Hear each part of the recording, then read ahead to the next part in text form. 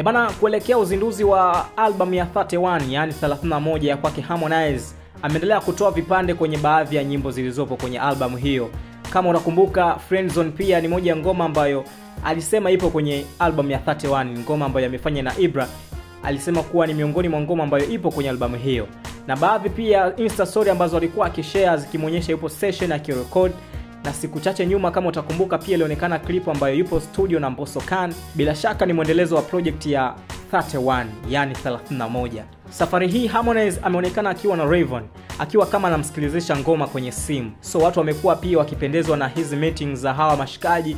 Kama utakumbuka, pia wawili hawa baada ya kutoka kwenye lebo ya WCB Wasafi wamesikika kwenye mikwaju kama Sensema pamoja na Pere, ambayo ni moja ya ngoma alisikika Mario. Pia ni clip ambayo Rayvanny anaonekana akiwa anasikiliza ngoma ambayo anasikilizishwa na Harmonize, na bila shaka ni moja ya ngoma ambayo inatoka kwenye album ya 31.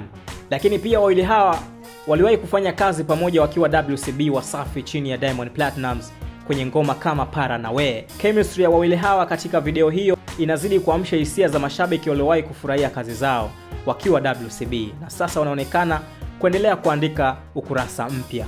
Right. Dondosha maoni yako hapo kupitia uwanja wa comment. Kikubwa usisahau kusubscribe, kushare na kulike, inakuwa kinyamwezi sana. Mimi naitwa Mo Rush Kijukuu.